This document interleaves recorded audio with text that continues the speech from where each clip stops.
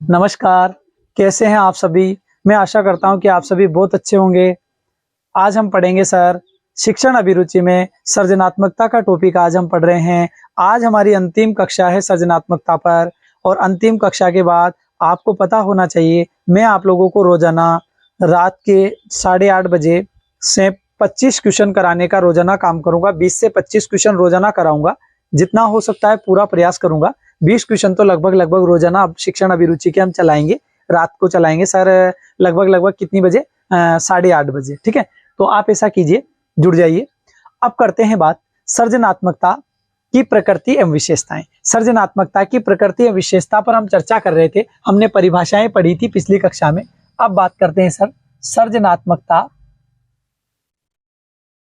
सृजनात्मकता की प्रकृति, सृजनात्मकता की प्रकृति एवं विशेषताएं, प्रकृति एवं विशेषताओं पर हम चर्चा करने जा रहे हैं सर। तो सबसे पहले बात होगी कि सृजनात्मकता का जो प्रकृति होती है, जो विशेषताएं होती है, वो क्या क्या हैं। सुनिएगा। सबसे पहले सृजनात्मकता सार्वभौमिक होती है। नंबर 1 पर यदि हम चर्चा करें, देखो मुझे जितना आता है उतना मैं बता दूंगा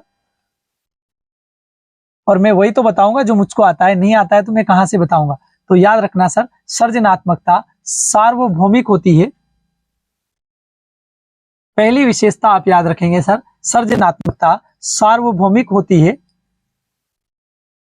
तो हमने पहली बात पढ़ी कि सृजनात्मकता जो होती है सार्वभौमिक होती है। दूसरी बात करें तो सृजनात्मक चिंतन स्वतंत्र होता है। दूसरी बात करें तो सृजनात्मक चिंतन स्वतंत्र होता है। दूसरी बात करें तो सृजनात्मक जो चिंतन है वो स्वतंत्र होता है। तीसरी बात करें तो सृजनात्मकता या फिर ऐसे कह सकते हैं कि सृजनात्मक उत्पादन या कार्य उपयोगी होता है। ध्यान से सुनिएगा। तीसरी बात करें तो सृजनात्मक उत्पादन या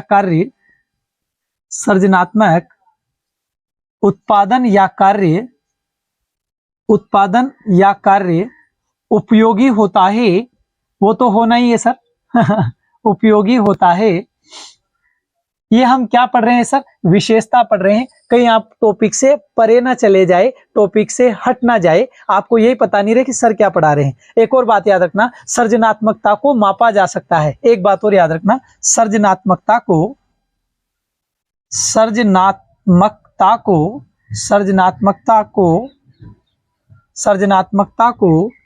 मापा जा सकता है। सृजनात्मकता को मापा जा सकता है। सृजनात्मकता को क्या किया जा सकता है? तो सृजनात्मकता को मापा जा सकता है। एक और बात याद रखना, सृजनात्मकता का संबंध अपसारी चिंतन से होता है, डाइवर्जेंट थिंकिंग। ये बहुत इंपॉर्टेंट बात है। मैं यहाँ इंपॉर्टेंट भी लिख देता हूं सर। ये प्रश्न यहां से आता ही आता है, चाहे कोई सी भी एग्जाम हो। तो सुना, सृजनात्मकता का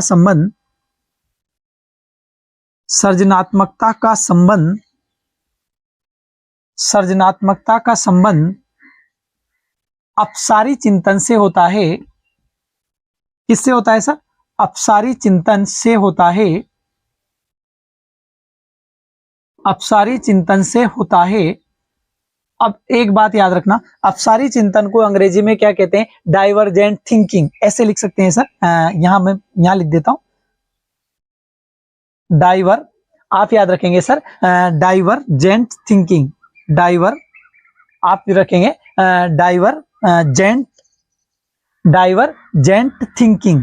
डाइवर्जेंट थिंकिंग। ठीक है। अंग्रेजी में थोड़ा वीक हूं। अगर कोई वर्ण अशुद्धि हो जाए, कहीं स्पेलिंग की अशुद्धि हो जाए तो आप लोग ध्यान रखना थोड़ा सा, है ना। तो आप तो याद रखना, अपसारी चिंतन से होता है। सृजनात्मकता का जो संबंध होता है अपसारी चिंतन से होता है। कौन से चिंतन से होता है? अपसारी चिंतन से होता है। हमने यहाँ तक 5 पढ़ा है, लेकिन ये जो बात हमने की है ये सबसे इंपॉर्टेंट है। इसे आप रट लेना। अपसारी चिंतन का संबंध किससे होता है? तो सृजनात्मकता से। एक बात यदि प्रश्न पूछा जाए कि सृजनशील बालक का संबंध कौन से चिंतन से होता है? अभिसारी से, अपसारी से, उपयुक्त दोनों से, इनमें से कोई नहीं, तो आपका आंसर आएगा अपसारी चिंतन से। Okay sir. अब 6ठे नंबर पर हम बात करें छठे नंबर पर हम बात करें तो सृजनात्मकता कल्पना पर आधारित तथा अमूर्त होती है। छठे नंबर पर हम बात करें तो सृजनात्मकता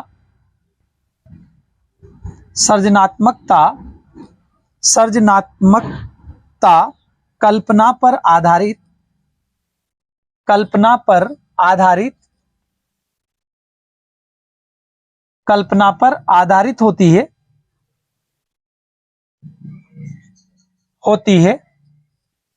तथा अमूर्त होती है। कल्पना पर आधारित होती है तथा अमूर्त होती है। कहने का मतलब सृजनात्मकता कल्पना पर आधारित होती है तथा अमूर्त होती है। एक बात और याद रखना, सृजनात्मकता का वह बुद्धि में धनात्मक संबंध होता है। यह बात और आपको याद रखनी है, बस इससे ज्यादा आपको कोई चीजें याद रखने की आवश्यकता न पड़ेगी। तो सृजनात्मकता का बुद्धि से धनात्मक संबंध होता है। धनात्मक संबंध होता है। मैं यहां तक आपको दोबारा समझाता हूं। आपको यहां एक चीज याद रखनी है, सबसे इंपॉर्टेंट बात है ये वाली, डाइवर्जेंट थिंकिंग वाली। कैसे याद रखना है कि सृजनात्मकता की प्रकृति एवं विशेषताएं। सबसे पहले याद रखना है सृजनात्मकता सार्वभौमिक होती है।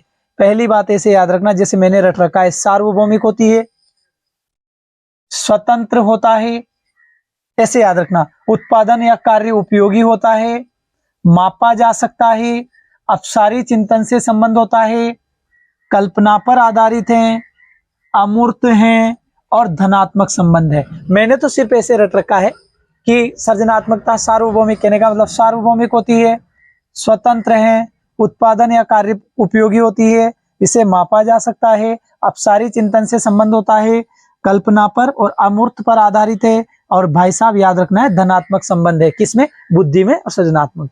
मैंने तो शॉर्ट एंड स्वीट तरीके से याद रख रखा है। पहला शब्द रखा है सार्वभौमिक होती है, दूसरा याद रख रखा है स्वतंत्र होती है, तीसरा याद रख रखा है उत्पादन या कार्य, चौथा शब्द मैंने रख रखा है मापा जा सकता है, मैंने अगला याद रख रखा है अपसारी चिंतन वाला, और फिर उसके बाद मैंने याद रख रखा है कल्पना, या फिर उसको अमूर्त पे ले लो, और एक और लास्ट हमने रख रखा है धनात्मक।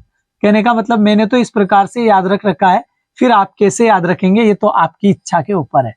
ठीक है, मैंने तो इसी प्रकार से इसको रट रखा है कि सबसे पहले सार्वभौमिक, फिर स्वतंत्र, उत्पादन या कार्य उपयोगी होती है, मापा जा सकता है, अपसारी चिंतन से संबंध होता है, धनात्मक कल्पना या अमूर्त होती है, और बात करें तो बुद्धि से धनात्मक संबंध होता है। मैंने तो इस प्रकार से इसको याद कर रखा है। अब देखो, याद करने का सबका अपना अपना एक फॉर्मूला है, सबका अपना अपना एक तरीका है, उसी तरीके से सभी याद करते हैं। अब आप कैसे करते हैं ये आपके ऊपर है।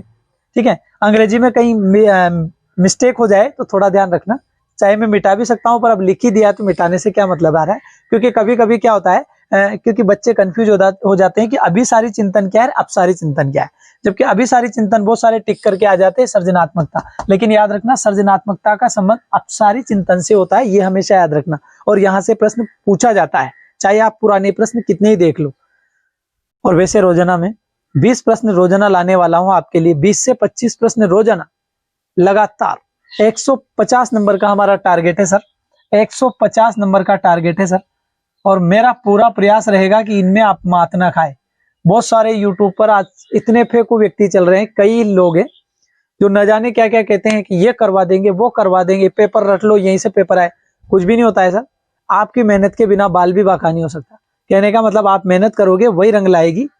वो करवा देंगे, ये करवा देंगे, कुछ नहीं करवाएंगे सर, आपकी मेहनत ही रंग लाती है, और कहने से कुछ भी नहीं होता है ना। तो दूरी बनाए रखें ऐसे लोगों से जो ऐसी बातें करें, पागल जैसी।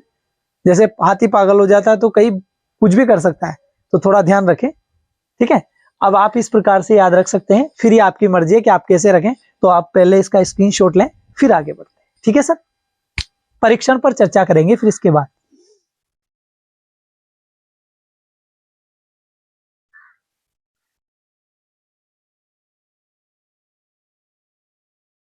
ठीक है सर, अब बात करते हैं,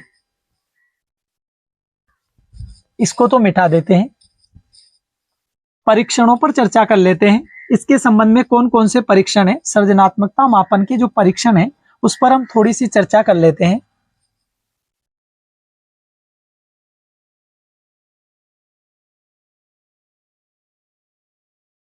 रोजाना आपको शिक्षण अभिरुचि की कक्षा रोजाना सवेरे 9 बजे मिल जाएगी, तो मिल जाएगी।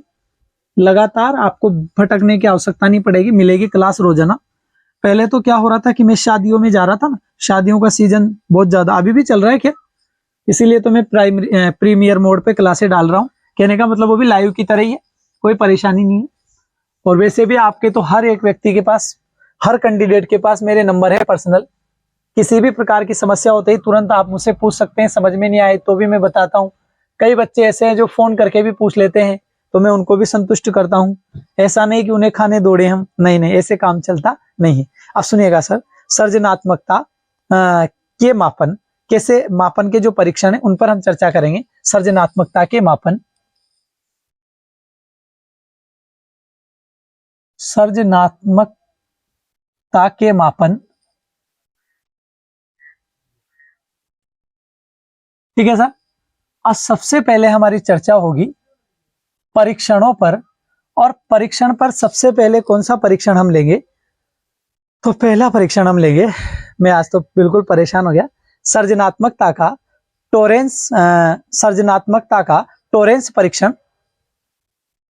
तो पहला परीक्षण हम लेंगे सृजनात्मकता का, एक मिनट सर, इसको थोड़ा सा सही कर दूं मैं। तो सबसे पहला परीक्षण हम लेंगे सृजनात्मकता का, सृजनात्मकता का टोरेंस, सृजनात्मकता का टोरेंस परीक्षण। पहली बात तो ये याद रखनी है कि इस परीक्षण का निर्माण किसने किया था। पहली बात तो आपको ये याद रखनी है कि इस परीक्षण का निर्माण किसने किया था। दूसरी बात याद रखनी है कब किया था, तो याद रखें इस परीक्षण का निर्माण टोरेंस ने किया था। कब किया था, 1966 में किया था। ठीक है, सुनना, तो आप याद रखेंगे इस परीक्षण का निर्माण, इस परीक्षण का निर्माण टोरेंस द्वारा, टोरेंस द्वारा 1966 में, कब किया गया था सर, 1966 में किया गया था, 1966 में किया गया था। इस परीक्षण में, या फिर ऐसे लिख सकते हैं, इसमें किंडरगार्टन अवस्था से, कहने का मतलब बाल अवस्था से, ठीक है सर। तो आप याद रखेंगे किंडरगार्टन, किंडरगार्टन अवस्था से, किंडरगार्टन अवस्था से वयस्का अवस्था तक के छात्रों की, अवस्था से वयस्का अवस्था तक के छात्रों की, छात्रों की सृजनात्मकता को मापा जाता है। छात्रों की सृजनात्मकता की माप होती है, छात्रों की सृजनात्मकता की माप होती है। कहने का मतलब इस परीक्षण में, इस परीक्षण में, इस परीक्षण में जो है किंडरगार्टन अवस्था से वयस्का अवस्था तक के छात्रों की सृजनात्मकता की माप होती है या मापा जाता है। करें चर्चा आगे। अब आगे सुनिएगा, सृजनात्मकता का टोरेंस जो परीक्षण है, इस परीक्षण का निर्माण जो है टोरेंस द्वारा किया गया था। और कब किया गया था, तो आप याद रखेंगे 1966 में। ये थोड़ा सा इंपॉर्टेंट है, थोड़ा इसको ध्यान रखना। 1966 में इसमें किंडरगार्टन अवस्था, कहने का मतलब बाल अवस्था से लेकर वयस्क अवस्था तक के छात्रों की सृजनात्मकता की माप होती है या माप किया जाता है या मापा जाता है। ठीक है सर, आप ऐसे याद रखना। अब आगे बढ़ेंगे, नंबर 2 पर हम चर्चा, नंबर 1 तो हो गया, वो बीच में थोड़ी गुड़िया रानी आ गई थी, ठीक है, तो डिस्टर्ब हो जाता है। नंबर 2 पर हम चर्चा करते हैं। तो रिमोट एसोसिएट दूसरा परीक्षण आपको याद रखना है। रिमोट एसोसिएट्स, ठीक है सर, रिमोट एसोसिएट्स परीक्षण, रिमोट एसोसिएट्स परीक्षण। एक परीक्षण तो आपने याद रखा है, कौन सा वाला, सृजनात्मकता का टोरेंस परीक्षण 1966 में किसने बनाया, टोरेंस ने बनाया। क्या किया जाता है, तो किंडरगार्टन अवस्था से वयस्क अवस्था तक के छात्रों, कहने का मतलब बाल्य अवस्था के छात्रों से लेकर वयस्क अवस्था तक के छात्रों की सृजनात्मकता की माप की जाती है। कौन से परीक्षण में, सृजनात्मकता का टोरेंस परीक्षण में। रिमोट एसोसिएट परीक्षण में क्या किया जाता है, तो सबसे पहले बात करेंगे इस परीक्षण का निर्माण। पहले तो यही प्रश्न आता है सर, इस परीक्षण का निर्माण मेडनिक एंड मेडनिक ने 1974 में किया। ऐसे याद रखना सर, मेडनिक एंड मेडनिक ने 1974 में किया, 1974 में किया। अब यहां एक बात याद है, रिमोट एसोसिएट परीक्षण का निर्माण कब हुआ, 1974 में। किसने किया, मेडनिक एंड मेडनिक ने। इसको रट लो, याद कर लो भाई साहब, यहां से प्रश्न पूछा जा सकता है। इस परीक्षण का निर्माण किसने किया, मेडनिक एंड मेडनिक ने। कब किया, 1974 में। और सृजनात्मकता का टोरेंस परीक्षण किसने दिया, टोरेंस ने। कब दिया, 1966 में। ये किसने दिया, तो ये रिमोट एसोसिएट्स परीक्षण किसने दिया, तो 1974 में दिया। किसने दिया, मेडनिक एंड मेडनिक ने। कब दिया, 1974 में। एकदम कंफर्म याद हो जाना चाहिए। उच्च विद्यालय के छात्रों की सृजनात्मकता की माप की जाती है इस परीक्षण में। ऐसे याद रखना, इस परीक्षण में उच्च विद्यालय के छात्रों की सृजनात्मकता की माप की जाती है। इस परीक्षण में उच्च विद्यालय के छात्रों की सृजनात्मकता की माप की जाती है। कौन से परीक्षण में सर, तो ये परीक्षण का नाम है रिमोट एसोसिएट परीक्षण। और ये परीक्षण किसने दिया था, ये दिया था सर मेडनिक एंड मेडनिक ने। कब दिया, 1974 में। सृजनात्मकता का टोरेंस परीक्षण किसने दिया, टोरेंस ने दिया। कब दिया, 1966 में। उसमें क्या किया जाता है, तो किंडरगार्टन अवस्था से वयस्क अवस्था तक के छात्रों को सृजनात्मकता को मापा जाता है। यहाँ उच्च विद्यालय के छात्रों की सृजनात्मकता को मापा जाता है। इसी के साथ 2 परीक्षण हो गए, मात्र 2 परीक्षण और मैं आपको समझाने का प्रयास करूंगा। आप यहां तक जो है स्क्रीनशॉट लें, जल्दी करें थोड़ा सा, फिर आगे बढ़ेंगे।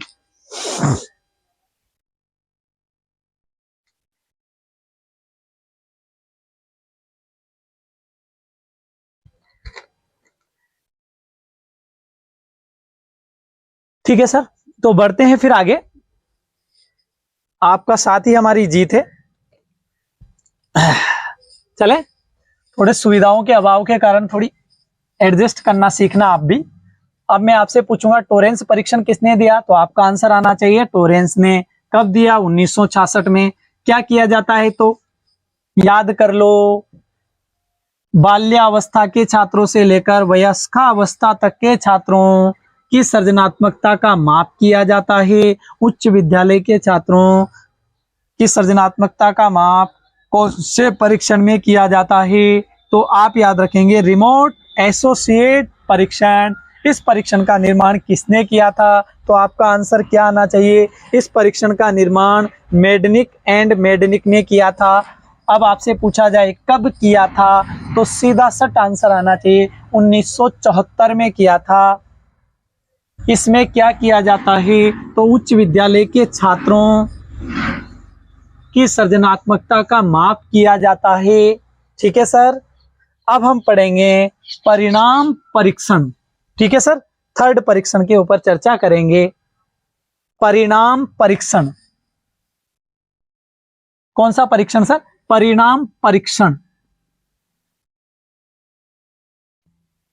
तीसरे परीक्षण पर हम चर्चा करेंगे, जिसका नाम आपको याद रखना है, परिणाम परीक्षण।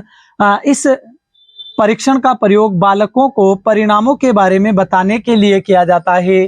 तो इस परीक्षण का प्रयोग बालकों को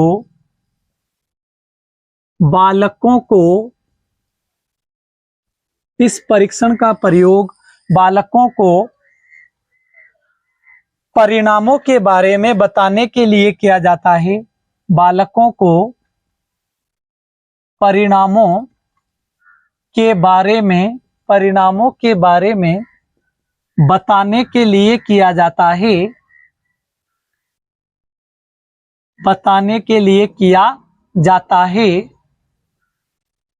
इसीलिए इस परीक्षण को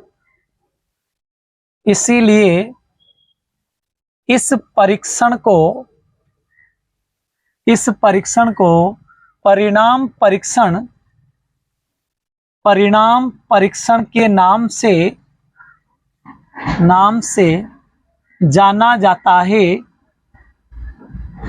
जाना जाता है। ठीक है सर, कहने का मतलब इस परीक्षण का प्रयोग बालकों को परिणामों के बारे में बताने के लिए किया जाता है। इसीलिए इस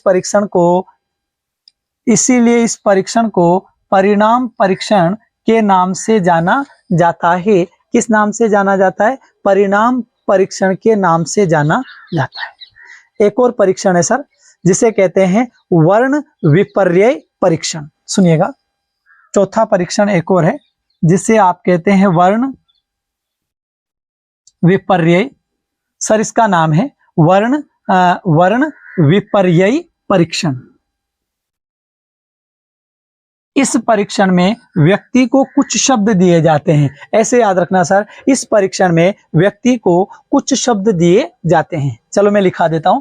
तो एक परीक्षण और बच रहा है, वर्ण विपर्यय परीक्षण। इस परीक्षण में ऐसे याद रख लेना सर, इस परीक्षण में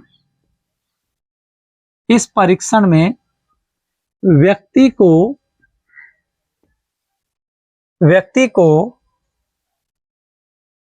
कुछ शब्द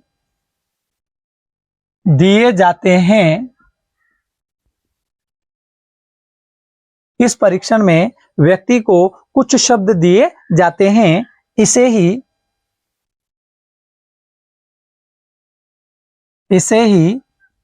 वर्ण विपर्यय परीक्षण के नाम से जाना जाता है। इसे ही वर्ण विपर्यय परीक्षण के नाम से जाना जाता है। अब सुनिएगा सर, परिणाम परीक्षण में क्या किया जाता है? तो इस परीक्षण का प्रयोग बालकों को परिणामों के बारे में बताने के लिए किया जाता है। तीसरा अंतिम परीक्षण है वर्ण विपर्यय परीक्षण। तो इस परीक्षण में व्यक्ति को कुछ शब्द दिए जाते हैं। इसे ही वर्ण विपर्यय परीक्षण कहा जाता है। आप इसका स्क्रीनशॉट लें और फिर मैं चारों परीक्षण एक साथ समझा रहा हूं। पहले स्क्रीनशॉट लें जल्दी। ठीक है सर, अब इसको मिटा देते हैं और मैं चारों परीक्षण आपको एक साथ और समझा दूं, फिर क्लास को अपन स्टॉप करेंगे, क्योंकि आपका टॉपिक आज यहीं समाप्त होता है। बहुत प्रयास के बाद भाई साहब शिक्षण अभिरुचि में 3 टॉपिक समाप्त हो चुके हैं। हालांकि मेहनत तो करनी ही पड़ती है, बिना मेहनत के कोई कुछ नहीं कर सकता सर। बिना मेहनत के मंजिल मिलती तो सब मंजिल पाते कि नहीं पाते। तो पहला परीक्षण था सृजनात्मकता का टोरेंस परीक्षण। ठीक है, चलो मैं एक बार सबको समझा देता हूं, सभी जुड़ जाइए, ध्यान पूर्वक पढ़ना। पहला परीक्षण, दूसरा परीक्षण, तीसरा परीक्षण, चौथा परीक्षण। पहले तो इनके नाम याद रखने हैं, आप भी बता सकते हैं। पहले परीक्षण का नाम क्या है? सृजनात्मकता का टोरेंस परीक्षण। तो पहले का नाम है सृजनात्मकता का टोरेंस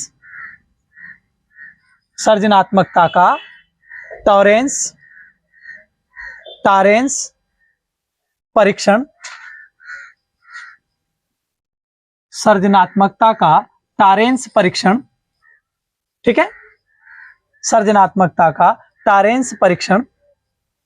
अब इसके बाद दूसरा परीक्षण सर तो आपको याद रखना है सर, अगर पहले लिखते समय यदि मात्रा की कहीं अशुद्धि हो गई हो, पहले जो अपन ने पढ़ा ना उसमें लिखते समय यदि मात्रा की कहीं अशुद्धि हो गई हो तो उसको सुधार लेना, क्योंकि कभी कभी अशुद्धि हो भी जाती है अच्छे से। अगर कहीं देखो बुलबुल में जल्दबाजी में मात्रा की अशुद्धि हो गई हो तो आप लोग उसे सुधार लेना, ठीक है। तो सृजनात्मकता का टारेंस परीक्षण पहला परीक्षण है। दूसरा परीक्षण था रिमोट एसोसिएट, दूसरा परीक्षण था रिमोट एसोसिएट।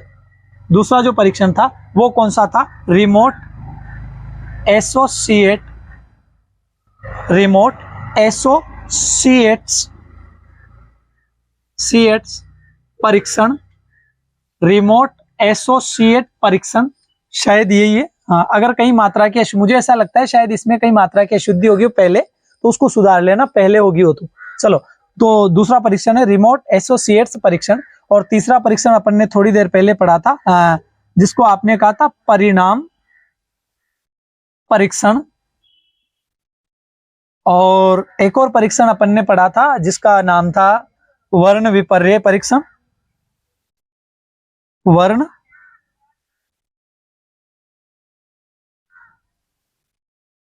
ठीक है सर। अब हम चर्चा करते हैं सृजनात्मकता का टोरेंस परीक्षण किसने बनाया? तो आपका आंसर आना चाहिए टोरेंस ने। कब सर? 1966 में। कब? 1966 में। कितना इजी वे में, मैं कह रहा हूं ना कि अगर वास्तव में आप मेहनत करेंगे तो आप इसे बिल्कुल हल कर सकते हैं। और मेहनत नहीं करें तो भाई साहब बिना मेहनत के तो कुछ नहीं हो सकता है। अब इसमें क्या था? तो किंडरगार्टन अवस्था से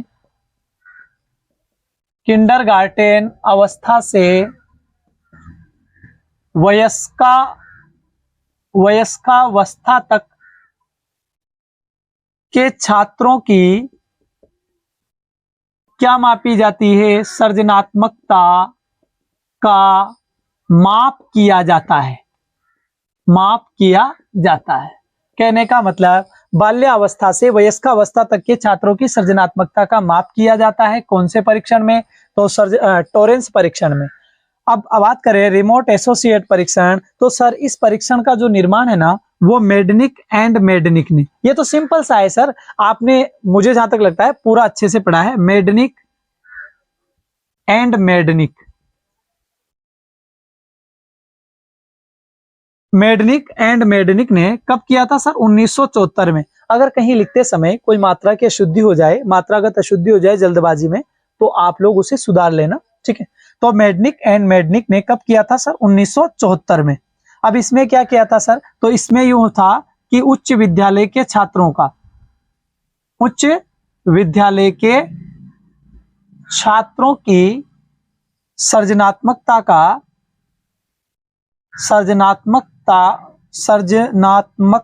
का माप किया जाता है, ठीक है। इसमें यह हुआ था। अगला था सर परिणाम परीक्षण। तो इसमें जो है इसमें बालकों को परिणामों के बारे में बताया जाता है। बालकों को उनके परिणामों के बारे में बताया जाता है, ठीक है सर। और इसमें क्या था? तो इसमें व्यक्ति को कुछ शब्द दिए जाते हैं, व्यक्ति को कुछ शब्द दिए जाते हैं, ठीक है सर। तो आपका बहुत बहुत धन्यवाद। मैंने पूरा समझाने का प्रयास किया है और मैं लगातार क्लास लेने का पूरा प्रयास करूंगा। आपको रोजाना शिक्षण अभिरुचि की कक्षा सवेरे 9 बजे मिल जाएगी प्रीमियर मोड पर। बिल्कुल आप उसमें लाइव चैट कर सकते हैं। तो धन्यवाद, आपका साथ ऐसे ही बना रहना चाहिए। देखो मेहनत करते करते हम भी बिल्कुल, आप क्या बताओगे, मतलब आप सोच भी नहीं सकते इतनी मेहनत करनी पड़ती है। मुझे 10-10 बार रटने पड़ते हैं। और वास्तव में देखो ईमानदारी से वास्तव में बोलने में कुछ नहीं जाता है।